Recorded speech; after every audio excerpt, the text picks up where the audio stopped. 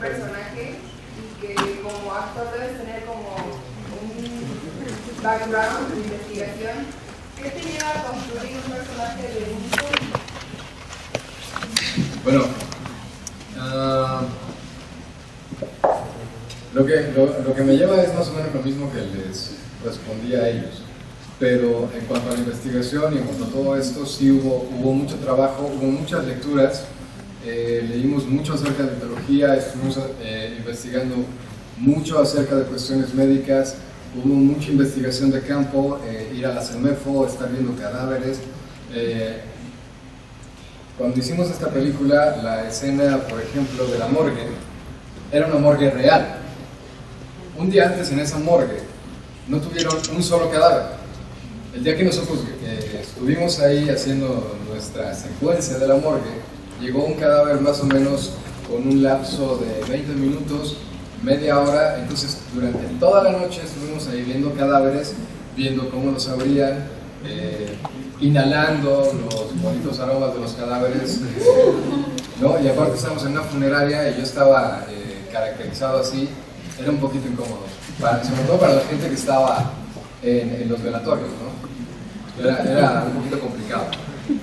Pues mucha lectura, mucha investigación, estar observando, estar aprendiendo, estar analizando, ¿no? Y estarte muriendo un poquito. O sea, sí fue muy depresivo hacer ese trabajo en especial. Okay. Tengo una pregunta. ¿Qué diferencia hay de trabajar en esta película del cortometraje de Jaime Tapón? Mira, hay mucha. Creo que el cortometraje de Jaime Tapones, seguramente la mayoría no lo han visto. Mira, la historia o las obsesiones de Sebastián son las mismas, tanto en uno como en otro. El tratamiento es muy distinto. Creo que el trabajo de Jaime Tapones es mucho más cándido, mucho más orgánico, mucho más natural. Un proceso no fue muy sencillo, pero mucho menos complejo que eso. Vaya, la diferencia, pues creo que sí es abismal, ¿no? La preparación, el trabajo fue... Bueno, a mí me gusta mucho más el personaje de Jaime Tapones que este. A mí en lo particular. Así que vamos a ver ahí. El personaje de Beto, ¿qué te dejó a ti como persona? ¿Qué aprendiste de él? Mira, nada, no es cierto. A mí me dejan muchas cosas, pero sobre todo lo que se dio con este personaje, o lo que concluí con este personaje, es un proceso que yo ya llevaba en mi vida personal, que a fin de cuentas concluye en esto. Lo que me quedó después de hacer esto fueron unas ganas tremendas de vivir. O sea, esto es algo que, por ejemplo, mucha gente no sabe, pero esas bonitas escenas del final las hicimos en el Polo Norte, ¿no? En invierno. Estábamos a, no sé, dicen los rumores que eran menos 30 grados, entonces yo estoy semidesnudo en esa playa congelada, anémico, porque estaba anémico, y con absolutamente ninguna medida de seguridad, no traíamos ni aspirinas. Y estábamos en medio de, ese lugar está 3-4 kilómetros alejado del poblado más cercano, que es donde nos estábamos hospedando, y nos metimos un poquito a la aventura a buscar el lugar hasta que encontramos ese lugar y ahí lo hicimos. Entonces, yo siempre tuve la idea o sea, yo sabía que teníamos que terminar la película en el Polo Norte, que yo iba a estar desnudo y que no teníamos ninguna medida de seguridad y que 2 de los 4 que íbamos ahí son los verdaderos inútiles que no contaban con ellos para nada y que podía morir. Y ya cuando regresé, mucha gente del equipo de producción me dijo exactamente lo mismo.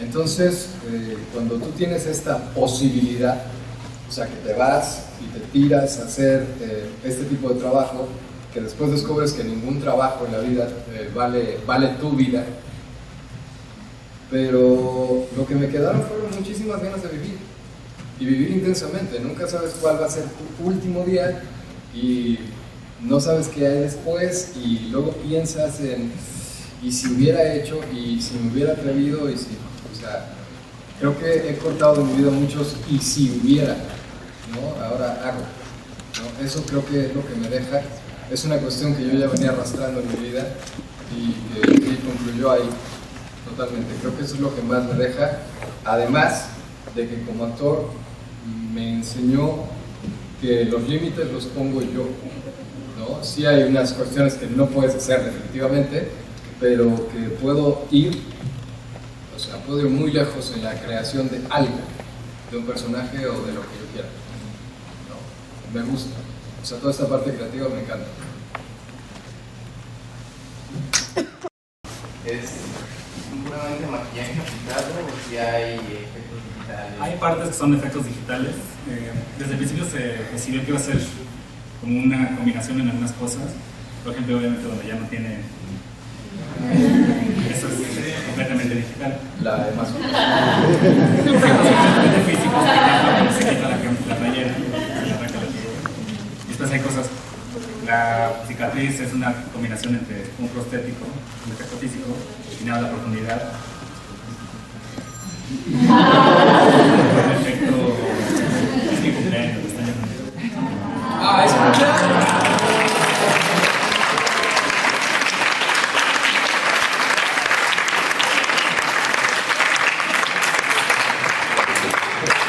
Su novia está ahí, le pidió que le llamara en este momento.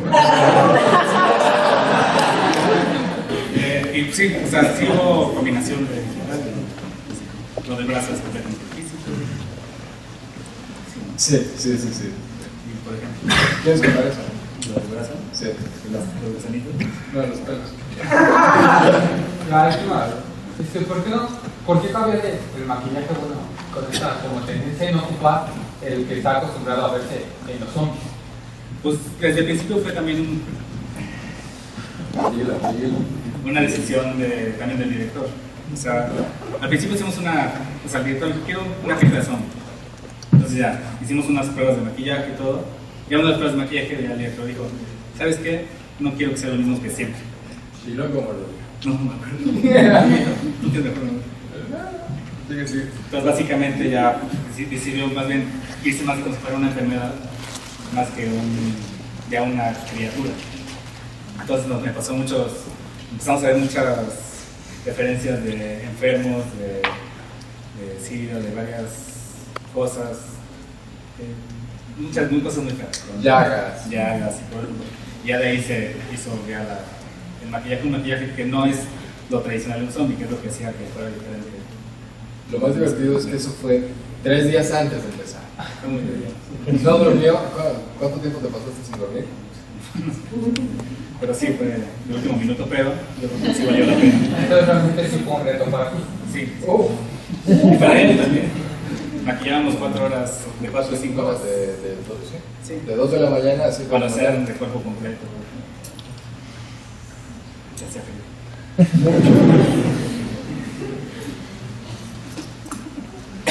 Hola, ¿qué tal? Antes que todo, pues felicidades por su trabajo, está muy padre la película. Tengo 2 preguntitas. Me he enterado por los medios de comunicación, más que nada por internet, que a la película le ha ido muy bien en festivales internacionales, ¿no? ¿Qué opinan que aquí en México? Yo si no me pongo a investigar, yo no me entero de Cali, a menos que no me acuerdo de qué festival estuvo, no sé si en el de Morelia, Ahí se estrenó en Morelia. ¿sí? Entonces, que le ha ido muy bien a nivel internacional. No sé si el director, yo sé que se llama muy bien, pero si les haya comentado de cuál es la reacción de la gente a nivel internacional y aquí en México, ¿cómo lo han sentido esas reacciones? ¿Es diferente? No sé.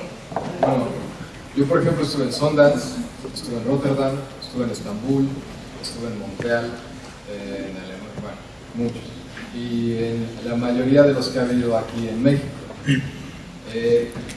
Definitivamente no es una película para el gran público, no lo es, ¿no? Entonces, las reacciones de la gente que está acostumbrada a ver otro tipo de cine, otro cine comercial, su reacción es salirse, y no solamente aquí, o sea, eso ha pasado en todo el mundo. Nunca llegamos a tener una sala vacía, pero sí ha habido lugares donde terminas con media sala, con 3/4 de sala, o lugares donde solo se sale una persona, o lugares donde no se sale nadie, ¿no? Pues las reacciones son variadas, hay demasiadas similitudes, demasiadas coincidencias entre, no sé, ¿qué te gusta? Estambul y México, entre Rotterdam y Alemania, Múnich, Montreal. O sea, la gente más o menos reacciona igual ante esta película, pero también es un público que está acostumbrado a ver este tipo de cosas, ¿no? Entonces, vaya, finalmente, así terminan medio modorros, más o menos. Pero a fin de cuentas sí tiene una muy buena acogida. Efectivamente, en otros países que están más acostumbrados, en Europa por ejemplo, están mucho más habituados a este tipo de cine. Normalmente la acogida ha sido mejor.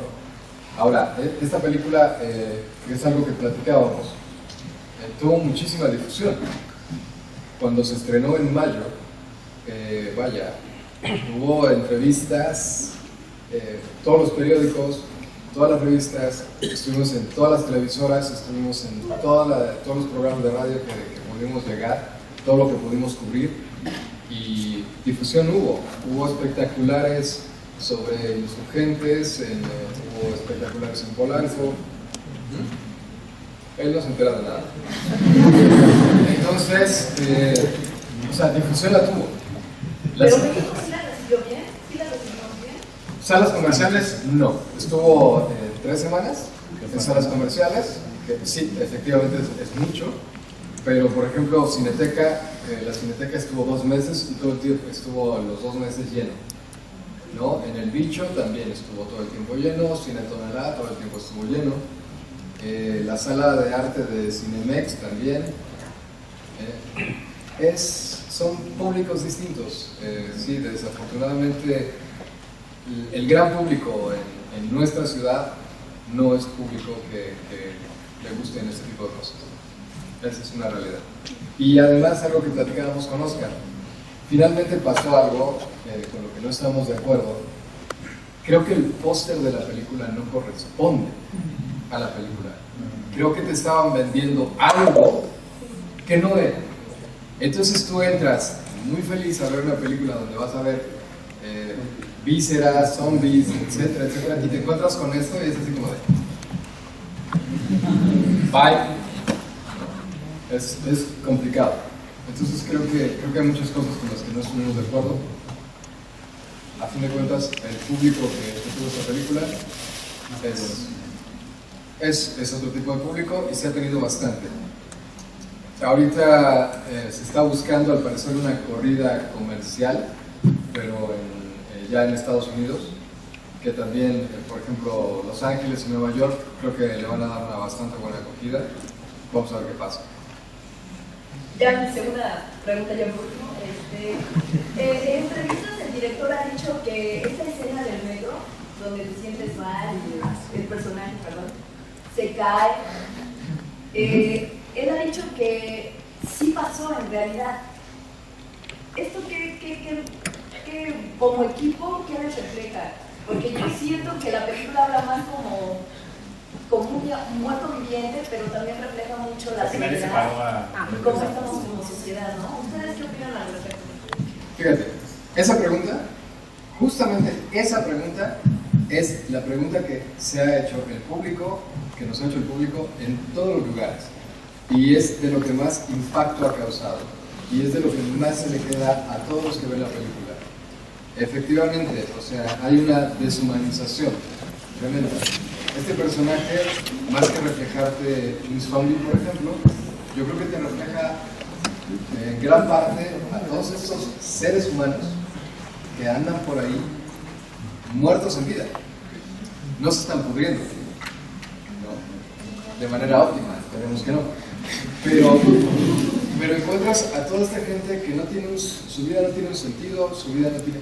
Y eso, o sea, la soledad, la deshumanización, creo que es lo que más deja.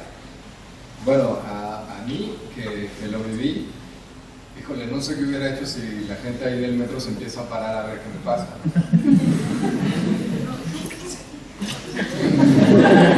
Pero, mira, son circunstancias que pasan y son cosas que vemos a diario y vaya, nosotros mismos de pronto vemos situaciones así que están ocurriendo y de pronto como que te haces a un ladito, ¿no?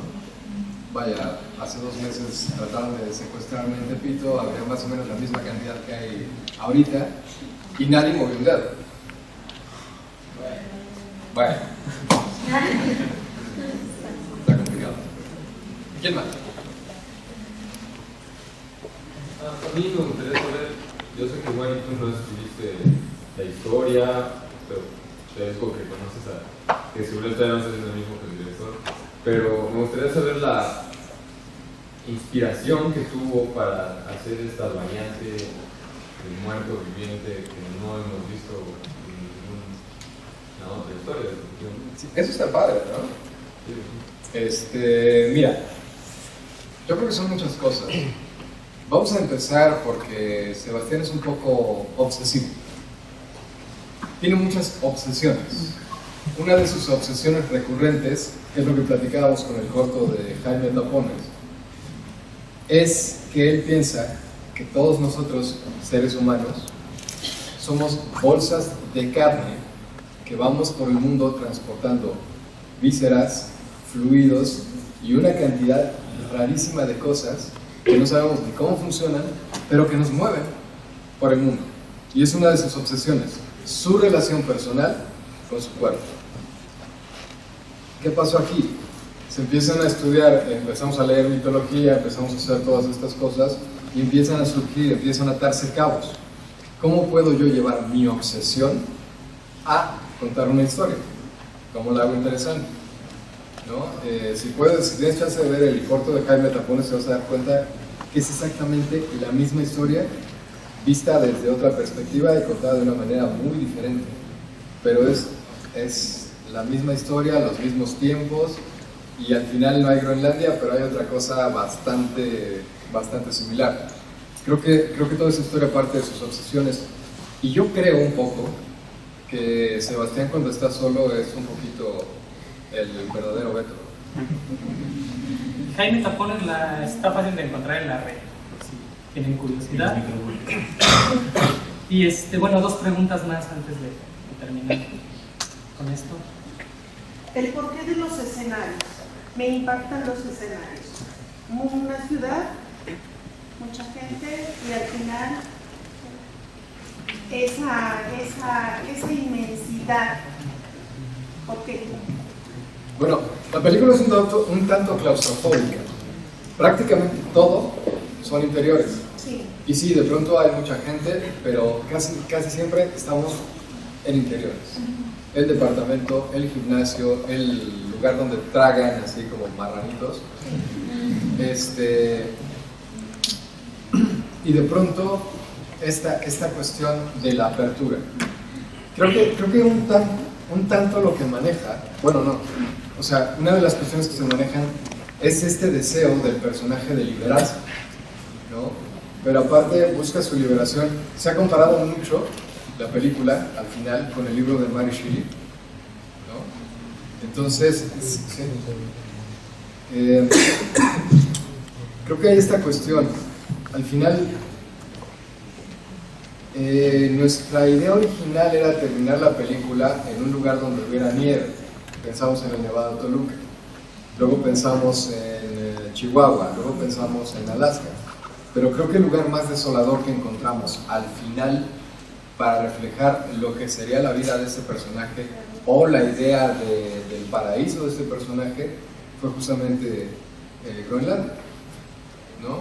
No sé si te responde eso a tu pregunta o te hice la duda más grande. Sí,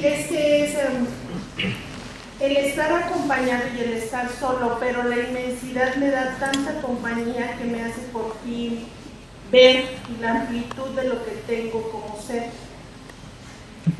Eso está increíble. Creo que al final esta película nos deja esa opción al último.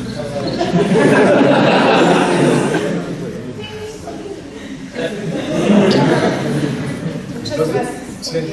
Sí, nos deja un poquito esa opción, ¿no? vaya, hay una amplia gama de cosas que la gente percibe al final, ¿no? Depende de cada quien. Una última pregunta. ¿Te iba a preguntar? Bueno, siendo aquí en realidad que es un medio de comunicación 100% auditivo, ¿qué importancia tiene el audio en esta película, ya que lleva muy pocos diálogos? Señor maquillista.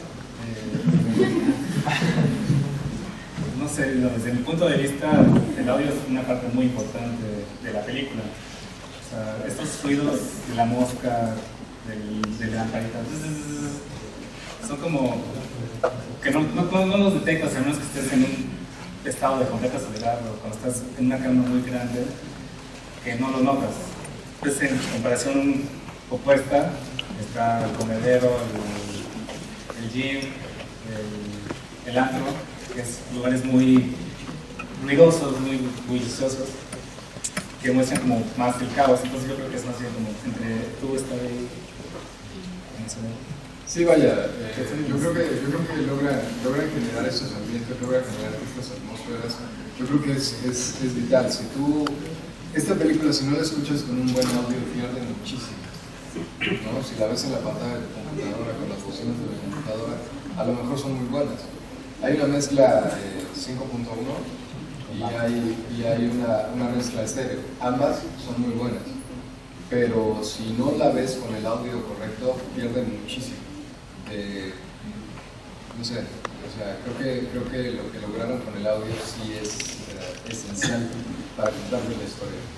Era muy, muy importante. Bueno, pues agradezcamos tanto a Alberto como a Ada. Cántele las mañanitas, ¿no?